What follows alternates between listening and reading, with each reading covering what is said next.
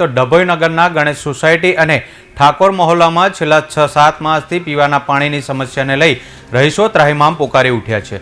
વારંવાર રહીશો દ્વારા નગરપાલિકામાં રજૂઆતો કરવા છતાં આજ દિન સુધી પીવાના પાણીની સમસ્યા દૂર ન કરવાથી રહીશો દ્વારા ઉચ્ચ કક્ષાએ રજૂઆત કરવામાં આવશે તેવું જણાવી રહ્યા હતા। મળતી વિગતો અનુસાર ડભોઈ નગરના ગણેશ સોસાયટી તેમજ ઠાકોર મહોલ્લામાં છેલ્લા 6-7 માસથી પીવાના પાણીની સમસ્યા તેમજ ગટરના ગંદા પાણી અંગે વિસ્તારના રહીશો દ્વારા ડભોઈ નગરપાલિકા ખાતે વારંવાર લેખિત અને મૌખિક રજૂઆતો કરવા છતાં નગરપાલિકા સત્તાધીશો દ્વારા આંખ આડા કાન કરી રહ્યા છે, જેના કારણે આ વિસ્તારના રહીશોની સમસ્યા દૂર નહીં કરવામાં આવે તો વેરો ભરવામાં નહીં આવે તેવું રહીશોએ જણાવ્યું છે અને વહેલી તકે આ સમસ્યા દૂર નહીં કરે તો ઉચ્ચ કક્ષાએ રજૂઆતો કરવા હોવાનું પણ જણાવ્યું હતું। હું ગણેશ સોસાયટી અને ઠાકોર શેરીમાંથી બોલું છું।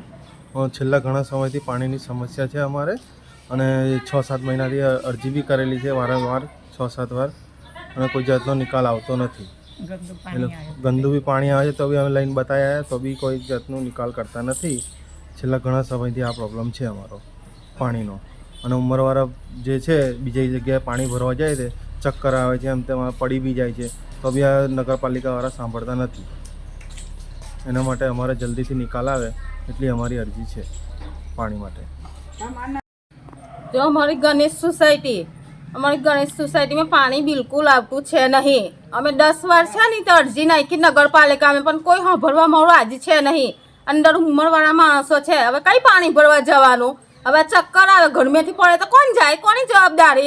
नगरपालिका में वेरो आव्यो तो 1 रूपिया वेरो भरीए नहीं। अमे एक टीपूय पानी आवतुं नहीं, वर्षथी अमे एवुं करीए पछी अमे कई जे पानी भरवा? नहीं टेंकर मोकलता કે નહીં કશું કરતા કે જૂની લાઈનમાં નવી લાઈન જોઈન્ટ કરતા નહીં। હવે અમે શું કરીએ? જોવા કોઈ આવતું નહીં, પછી ના હોય તો અમે ડાયરેક્ટ ગાંધીનગર અરજી આપી દઈએ।